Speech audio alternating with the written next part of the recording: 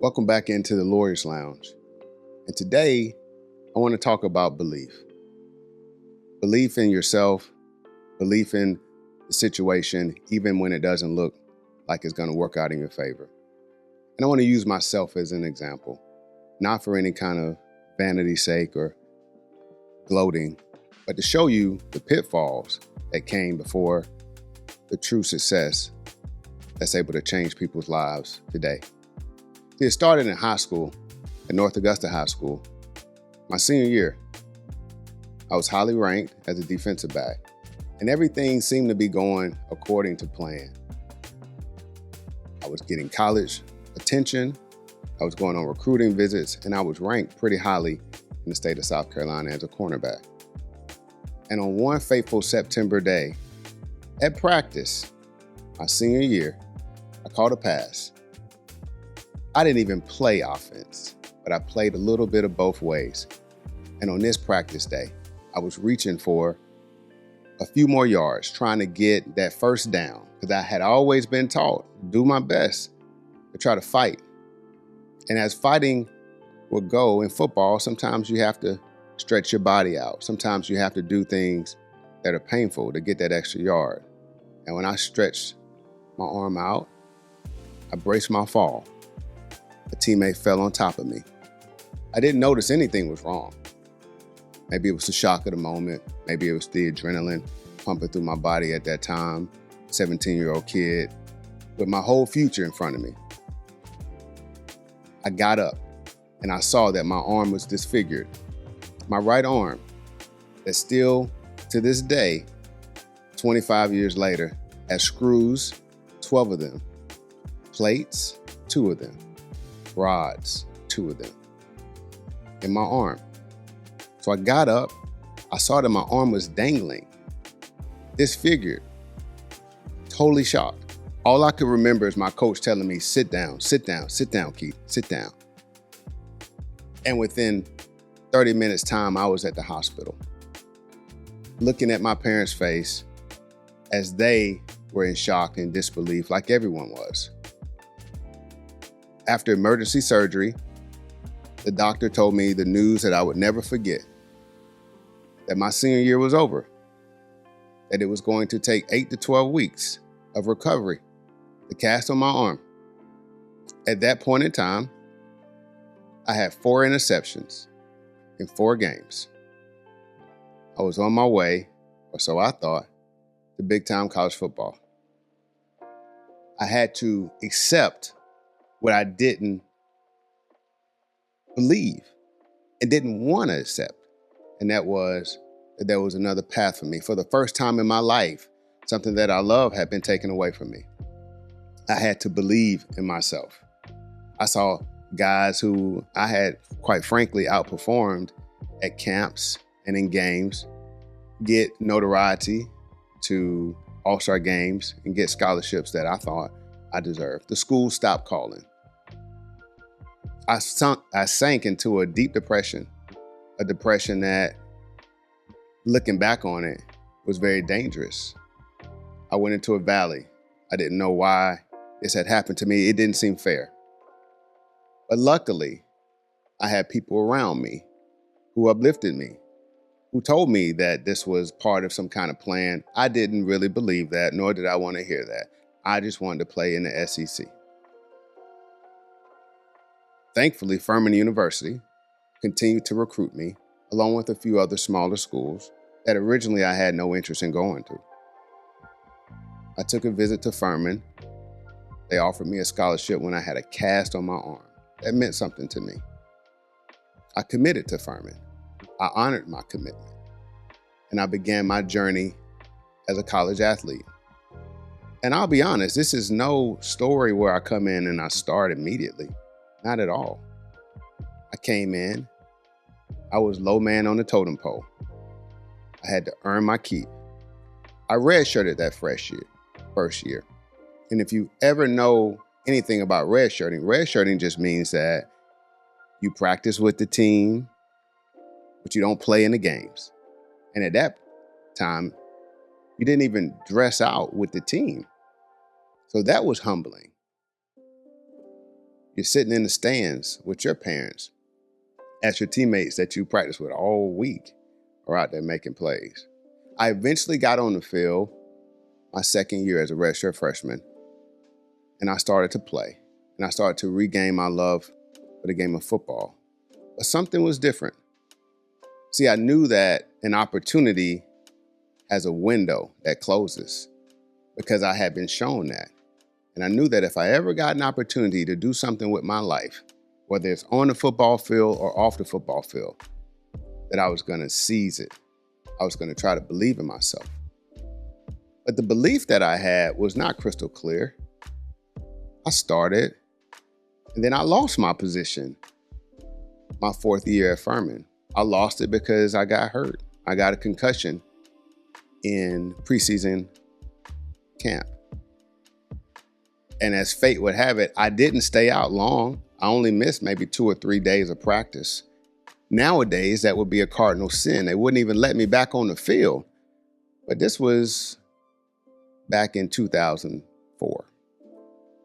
And so when I got back on the field, I run out with the first group because I'm a first team starter. I started 12 games last year. I had 7 tackles against Clemson. I thought I was doing pretty good. My coach says, no, Keith, we're going to let Mo get this rep. And I'm like, what? I've only been gone for a couple of days, coach. That began a journey in my life where I realized and understood that sports was only going to take me so far. And I had to believe that there was something more for my life, even before the picture was clear at all. It was very fuzzy, very hazy. But simultaneously, while I was saying goodbye to the game that I grew up playing since I was 5 years old, I took an American government class at Furman. And that class changed my life in another way, because I was able to hear about the Constitution being taught by Dr. Danielle Vincent at Furman University in a way that I had never heard it before, and it sparked my interest. That day after class, I walked down to the front and I asked her what to me was a simple question, but looking back on it, it was a question of my life. I asked her, well, Dr. Vincent, what do you have to do to be a lawyer? Now, I'm at Furman University, and it has a reputation for being a great academic institution. I went to school with kids whose dads were judges, uncles were lawyers. And so I'm sure that my simple question could have made Dr. Vincent shake her head. Like, what do you mean? What do you have to do to be a lawyer? You have to take these tests. You have to have a great GPA. You have to get into law school. You have to pass the bar. She didn't do that to me. She didn't do that to me. If she would have done that to me and said, well, Keith, your GPA is probably not on par with getting accepted, I would have humbly said, you're right. Thank you, Dr. Vincent. I appreciate you taking the time to talk to me. Because my belief in myself was not strong or evident at that point in time. I was searching. I knew I had a spark. I knew something about that Constitution that I was hearing and about freedom of speech and the rights that we have. It sparked something in me, but I didn't believe I could do anything like that. And so I met with her in her office. She invited me to her office and she laid out the plan. I began an internship with legal services shortly thereafter, and then the public defender's office. And so the belief that I had in myself was paired up with how I was introduced to the law. See, I was introduced to the law seeing it through the eyes of real people. See, those grandmas that would come into legal services because they were being wrongfully evicted, and those young boys that I saw through the public defender's office that just needed some guidance when we would go in those jail cells, is what formed the cornerstone of my belief in the law. It's what formed how I viewed the role of an attorney. See, I didn't learn the law from a corner office. I learned the law in the trenches. And that belief carried me through the rest of my college career. But I have to be honest, Story gets a little bit more complex because I'm studying for the LSAT while finishing up my senior year at Furman. And I made a decision that I wasn't going to stay my 5th year. I was going to graduate on time. I'm going to graduate in 4 years. I'm done with football. My position has been taken. I'm playing, but I'm not starting. What's my second act going to be? So I put all my eggs in the law basket. My beloved grandfather, rest in peace, Roy Elliott, believed in me. My parents believed in me. My grandfather invested in me to be able to take a LSAT prep course. And anybody who knows football culture knows that you don't miss practice, especially on the college level. Well, I knew that I had bigger fish to fry. And so the LSAT prep course started at 6 o'clock on Mondays. And I had to make a decision. Do I leave practice 45 minutes early to make it there on time, or do I let this opportunity pass? I believed that it was in my best interest to leave practice early. And my coaches begrudgingly gave me that permission. And some of my teammates looked at me like, wait, you gonna be a lawyer? Man, come on, Keith, come on now. You gonna be a lawyer? I remember that. And I remember internalizing that because their lack of belief fueled my drive. But I still didn't know that this was gonna work out. And so I took the LSAT after my last college game when we lost in the playoffs to James Madison by 1 point. 1 point. I'm heartbroken still because my career is over because I knew I wasn't coming back my 5th year. I was betting on myself. And once you tell the coaches you're not coming back, you're kind of dead to them, to be honest with you. They're moving on. They're recruiting other people. And so I took the LSAT. Once again, this is not the fairy tale end of the story because I didn't do well on it. I actually bombed it. I made a very low score. A score so low that when I got my results 3 days before Christmas, I cried. I remember that, December 2004, because I had already declared that I'm not coming back. And now I know with this score, I cannot get into law school. No way possible. Not with the GPA I had. Because I didn't grow up wanting to be a lawyer. I didn't go to Furman knowing that this was my path. So I wasn't locked in like I probably should have been early on. So I have to figure out now, what am I going to do? And as the spring semester rolled around and my teammates are practicing spring ball, and here I am trying to figure out, well, I'm graduating in a couple months. What am I going to do? These rejection letters keep coming in. They are dropping on me like rain in a heavy storm. Every time I check my mailbox, it's another thin envelope. And so I got good at predicting the rejection letters and what they would say. They would thank me for applying and my interest in their school. They would tell me that they had a very competitive class and that they had to make difficult decisions. But ultimately, they would reject me and tell me that I was not offered an opportunity to serve as an incoming student and participate in their class. And that they would thank me and wish me the best in my endeavors. I memorized it. I internalized it. When we talk about belief, now, let me tell you something. Those kind of things, those kind of messages, when you're trying to dream about something and being something, making your mom and your dad and your sister and your family proud, those kind of words hit like a gut punch. And so I remember getting rejection after rejection, and those same people who had asked me, hey, Keith, you really want to be a lawyer? They were keeping tabs. They knew that if I had gotten accepted, I would have said something. So I had to deal with that. And one day, one fateful day, as I'm taking my last examination at Furman, it was a math class. Anybody who knows me knows that math is not my strong suit. And I waited till the end to take this required class that I could have taken freshman year. And I took it with my girlfriend at the time. And we're done with the last exam. I'm a little nostalgic. I'm walking around campus. It's my last time. I made it. I'm about to graduate. And something told me to check my mailbox one more time before I turn in my key. So I checked my mailbox. And to my surprise, I still have mail coming in. Campus is pretty much empty. And it's a letter from Thomas Cooley Law School, a law school that one of my advisors told me to just go ahead and apply. It's in Michigan. They have a free application. It can't hurt anything. And so I get the envelope, and remember, the envelope is thin. That usually means it's a rejection. I had become a pro at that. And so I don't throw the envelope away. There was a part of me that wanted to just look at it and rip it up without even reading the same repetitive rejection message. But I didn't do that. Because in my mind, I had put that behind me. I had tried to make peace with the fact that I wasn't going to be a lawyer.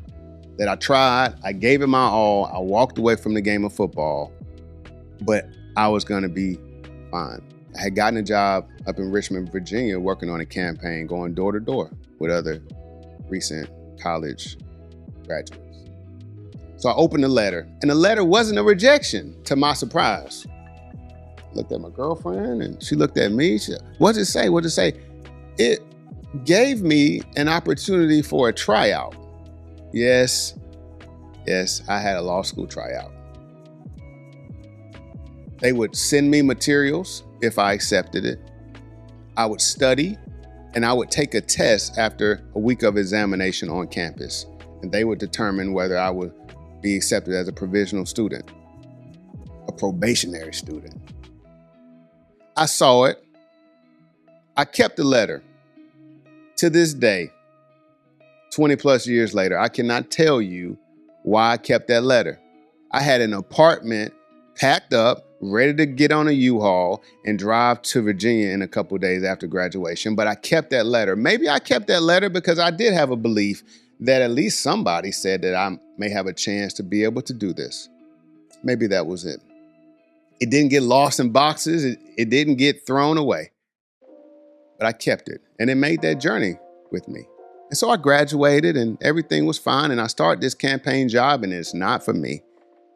I am with the suburban kids because my name was Keith Johnson, and I had a phone interview. And I think that my boss thought that I was a little different than what I turned out to be. This was before the days of Zoom and FaceTime. And so because I was with the students who were in the suburbs, I was the only black kid out there. And listen, I'm used to being a minority in the spaces that I had been in at that point in my life, so that wasn't a problem. But going out into rural Richmond, Virginia, was an eye-opening experience.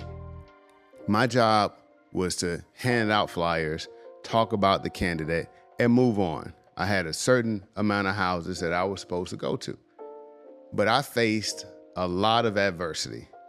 I had people telling me to get off their property. They threatened to call the police at times. I had dogs chasing me. I just felt like I was a fish out of water, and I didn't know where I was going. I didn't know what I was doing. And I made a decision at 22 years old that I wouldn't make now at 42 years old. I abruptly quit the campaign. I couldn't do it anymore. One day I woke up, I said, I can't do this. I quit without any mindset of what I'm going to do next, without any plan, essentially. I knew I had to be out there. And so as I made that phone call to my mom and told her that I quit, she said, okay, all right, now what? And I had to figure it out. I figured it out by getting a job. I needed the income, to be honest with you. My roommate was still working on a campaign, and I knew I had to carry my end. I had to split this rent. I had to figure out how to make this work. And so I got a job at S&K Menswear, selling suits. It's a company that's not in existence anymore. Our biggest rival was Men's Warehouse. And so I was an assistant manager. I was making $400 a week if I didn't sell any suits. I worked 12-hour shifts, and because I had a college degree, they made me an assistant manager. And those were some very humbling days Days that now I look back and I appreciate so much. I was responsible for getting the sizes for the customers. That meant tapering their pants and their waist, bending down, marking it where the seamstress would make the alterations. I had people talk to me like I was in retail, throw clothes at me, and basically not treat me with respect. And I never forgot that. And I was pretty miserable at the time, to be honest with you. And one day coming from work, I remembered that I had that letter that I stored away, that I didn't throw away for some reason. I had it. And my mind quickly raced to, let me see if I can still get into the program. So this is about August, and I received a letter in June, and it had a deadline of late June to let the school know if you were going to do the professional exploration program. So I knew I was already probably behind the 8 ball because I missed the deadline. But that night I said, I'm going to call them in the morning. Regardless of what they say, I'm going to call them because maybe I still have this tryout. Because remember, tryouts were something that I was used to from my sports background. So I called that next morning, and an older lady picked up the phone, and I told her my name, and I was very anxious, and I'm sure she could hear it in my voice. And I explained to her my situation, that I was hoping to still get a spot in the program. And even if I missed the deadline, I was willing to pay for my accommodations. I didn't know how I was gonna pay for my accommodations. I just knew that if I had to pay for it, we were gonna find a way to pay for it. And I knew I could trust my grandfather. I knew he was gonna have my back. And so she placed me on a hold for probably 2 minutes. It felt like 20 minutes, to be honest with you. And my heart was beating really fast. And she came back to the phone after she verified my information. She said, Mr. Johnson, we still have room in the program. And no, you don't have to pay for anything. I think she could hear the urgency in my voice. And at that moment, a door opened for me that changed the rest of my life. I was sent the materials to study in preparation, and boy, did I prepare. I studied in the morning, I studied on my lunch break, I studied in between customers, I studied late at night. I wanted to know these cases. And the materials that they sent us were the intentional torts, as those who know a little bit about law school understand. And those are the basics of tort law. And so they wanted to see if you could really read this material and understand the material. And I knew that if I had a shot, I was gonna give it my all. And so I booked a ticket to Lansing, Michigan to participate in this program in October of 2005. Now, this was the first time that I had flown alone. Only my second time on an airplane. My first time on an airplane was flying to a college football game. My sophomore year at Furman to Philadelphia, Pennsylvania, when we played Villanova University in a playoff game. And all my teammates knew that I had never flown before, so they would mess with me a little bit. But that's the only time I had been on a plane. So I get on that plane. I know that I have a purpose, and I believe in myself. I don't know how it's gonna turn out, but I know it can't be any worse than what I'm going through right now. I took a week off from work because it was a week-long program. You take classes during the week, and you have a test at the end, and then they let you know if you made the cut. And so as soon as I got off that plane, I felt that cold Michigan air. I had never felt cold air like that in my life. I'm a Southern boy, but I'm up there for a purpose and a mission. And I checked into the hotel, and I got acclimated with some other participants in the program, and we shared stories about the rejections that we had faced and how this may be the opportunity of a lifetime. I met some fellow Georgians as well. And we confided in each other because we had that same drawl. We had that same love of sweet tea and couldn't understand why they didn't have grits at breakfast. But as the week progressed, my classmates were saying, wow, you really know the material. I took the mentality that I had from Furman and the drive that I had from being literally on my knees every day And I knew that this was something that I really wanted to do for myself, but I still had doubt. And on that night before the test, I remember sitting on the bed and praying a prayer that I never will forget. And I asked God, if you allow me to do well on this test and get in, I will dedicate my career to you. I will do whatever you ask me to do, because I know I can't do this by myself. I've stared down rejection for so long, and I just want a chance, a shot. And so I went to bed that night with peace, and I woke up feeling refreshed, knowing that this was the biggest day of my young life so far. And when I walked into that room, I felt that I was where I belonged, but I still had anxiety because I hadn't done that well on the prior test on the LSAT. So there was still that voice of doubt in my head. And as I'm going through the test, I see the first answer and, I know this one. Okay. The second one, oh yeah, that's C for sure, that's C. The third one, I know that one too. And inside of me, I had to say, oh, slow down, Keith, slow down, man. You want to make sure that you're not rushing through this, all right? And that's what I did. I took my time, I finished that test, and I felt good about it. I got on that plane knowing that regardless of what happens in the life I'm returning to right now, I did my best. I stood up. I was not scared to take a risk and bet on myself and fail, because you can't be scared to fail. And I returned to my life in Richmond, back to the store, back to my shifts.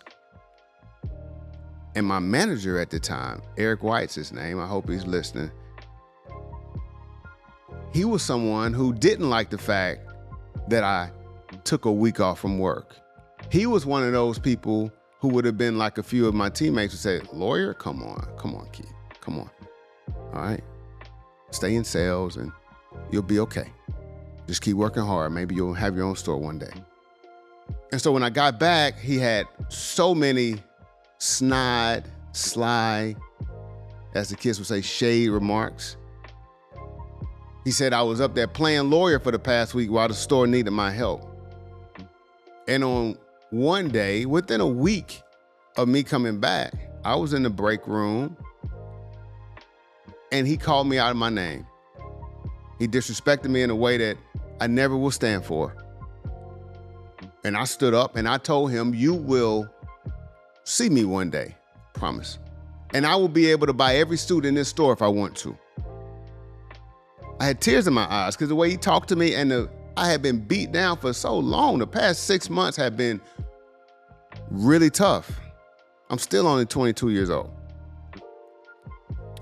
I quit. He would say he fired me. I quit. I walked out the store. I was done. And once again, I placed a phone call to my rock, to my mom.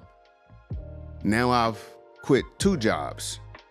I'm waiting to hear from Thomas Cooley Law School, but at this point I have no income, so I go home for a few weeks and rest and reboot. And when I get back to Richmond, I get a call from one of my friends who was at the program, and she was excited. And she said that she had received her letter. She lived in College Park, Georgia. She had received her letter and she got in. And I was so excited because I knew about her journey. But as human nature goes, I'm thinking, well, I haven't heard anything, man. Maybe I didn't get in. You know, I gave it my best shot. And I began to kind of sink a little bit. But this time I said, you know what? I'm gonna call up there. I'm gonna call. And so I got the courage to call. And I spoke to someone in the admissions office, gave him my name and my credentials and all that stuff to verify who I was. And I was placed on another hold, promise. And she came back to the phone and she verified my mailing address. And she told me, well, your letter was sent off a couple of days ago, but I'm pleased to inform you that you've been accepted as a provisional student to Thomas Cooley Law School. And I could have flown away. That's how happy I was, relieved I was. I felt like I had weights on my ankles that had been stripped away. Because somebody had given me an opportunity.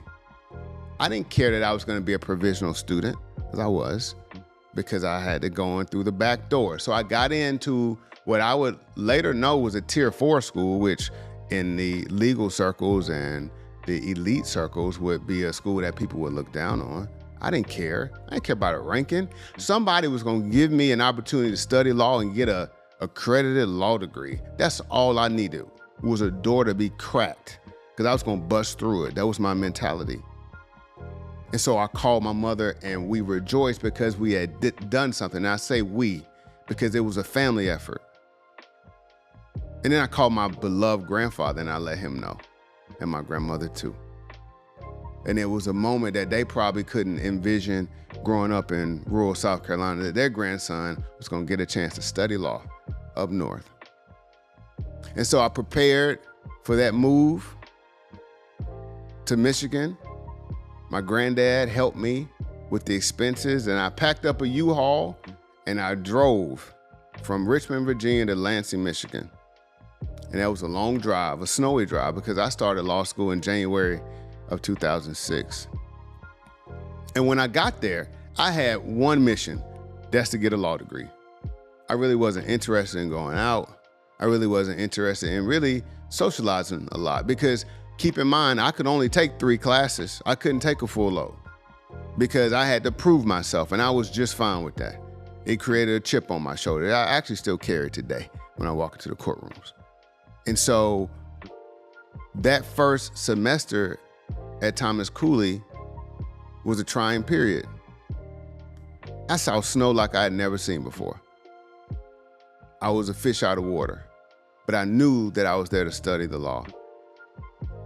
And as fate would have it, when my grades came out the first semester, I had all A's. All A's. I had to go back and check my student number again just to make sure those were my grades. And in criminal law, something that I said I didn't want to do, I had a great experience at the public defender's office, but I didn't want to be in the jails and talking in court. I was a shy young man.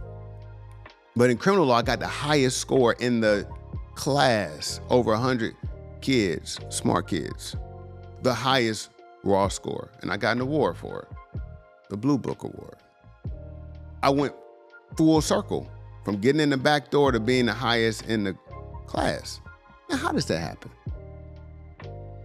I was able to transfer after a good second semester right down the street to East Lansing, Michigan, to Michigan State University, a more well-known university, a more respected university in legal circles. But I will always and forever have admiration and love for Thomas Cooley, because they gave me an opportunity that nobody would.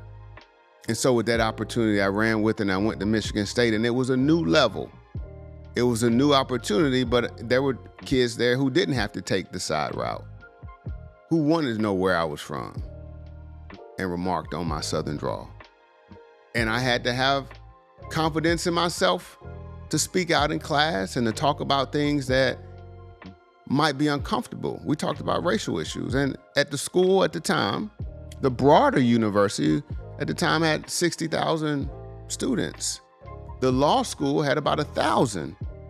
And there were about 5 black men in the whole law school at the time I was there. So think about that. You're fish out of water, geographically. Have a little bit of doubt about whether you can measure up now to a more elite school academically, but also ethnically. Having to submerge yourself in a system and a culture and lingo that you're just outnumbered. But once again, it created a drive in me because I had to stand up. I was not gonna go home failing.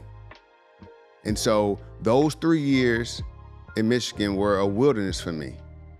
It was preparing me to come back south, to come back home, and to try to be the advocate that I wanted to be, but I had to believe in myself first. In that time period, from Richmond, Virginia, to graduating from Michigan State in December of 2008, was one of the most important time periods of my life. And it created in me the ability to be the lawyer that I would eventually become with God's grace. So I passed the bar examination. Can you believe it? That's what I thought. I was relieved. And I'm applying for these jobs. I applied to hundreds of jobs. This was in 2008. The economy was bad, and I didn't get much feedback. Not many job offers, none actually, to be honest with you. And then I got a call from the district attorney at the time in Augusta. One of the judges who swore me in thought highly of me and passed my name around. Divine intervention. Because when she called me, I didn't even know who she was because I had no reason to know who the DA was. I grew up here, but I'd never been in trouble. I know who the DA is. And she told me what her name was, and she asked me, was I in the job market? Can you imagine sending out over 200 resumes and an employer who you do not apply to calls you and asks you, hey, do you need a job? If that's not divine intervention, I don't know what is.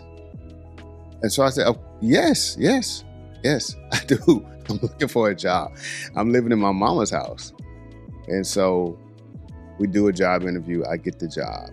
But then as life is, you get a blessing, but then there's doubt still. I mean, I'm going to stand up and be a prosecutor and talk in front of people. Remember, I grew up with a nervous stutter. I did not like to talk in front of people. So I had to pray. So God, if you allow me to do this, I will dedicate my career to you. I will believe in you. I will believe in what you want me to do. And that's what happened. And since that prayer, I hadn't had that issue. I actually now talk for a living. I talk in front of people. My goodness, you listen to my podcast. And as I transitioned into private practice, I had to show grit. And I did that by doing traffic tickets. When I first got into private practice, you could call me to do your traffic ticket. I would try to get it reduced. I would charge a nominal fee, and I was hustling because I never forgot what it felt like to be told no. I never forgot what it felt like to be rejected. So the gift of belief is not because you know what's going to happen. It's because you trust that you're going to continue putting one foot in front of the other and doing your very best, understanding that life is going to work in your favor when you have that mentality. So grit is something that people talk about. I think it's more than toughness, though. I think it's more than any kind of physical ability. I think it's really just refusing to quit, refusing to give up. So I want to challenge you, in what areas of your life have you shown grit, determination to do something beyond what you can see in the moment? See, a lot of times the story makes sense when you look back on it, not in the midst of it. Hindsight is 20/20, like they say. So as you go through your life, you have to understand that everything is not always going to work out in your favor, but everything will work together in your favor if you keep believing in yourself and believing in a higher power. And so this episode is still a work in progress. I'm in year 17 of my law practice. The events that I just told you about happened 20 plus years ago. But I still remember it like it was yesterday because it's my why. So every time I walk into a courtroom and prepare for a big trial, I remember when I walked into that hotel lobby to take that test, that was my tryout. I remember those thin envelopes that told me, thank you for your interest, but you're not good enough. Not with any bitterness, not with any resentment, but I use that as fuel to the fire so that I can encourage someone, some young law student, a client that's lost their way. That's what the gift of belief is about. So as we wrap up, I want to encourage everyone to keep going. No matter what this year throws at you, keep going. Don't doubt yourself. Take every no as a lesson. Take every opportunity and seize it. Understand that opportunities have a window. They will close. If you're in a season of an opportunity, take it. Don't be scared to fail. Regardless of the outcome, you'll look back and you'll be proud that you stood tall, that you kept going, and that you kept your faith in God, moving forward every day, every season, regardless of what's around the corner. Thank you for coming into the Lawyer's Lounge. Remember, the past is behind you. There is nothing you can do about it. If you must look back, let it be instructional. Let it teach you. Don't dwell. The future belongs to the good Lord. It's in His hands. Who knows what tomorrow brings? It's really not our job to worry about those things. It's our job to stay here now, in the present, realizing that the gift comes one moment at a time. Until next time, salute.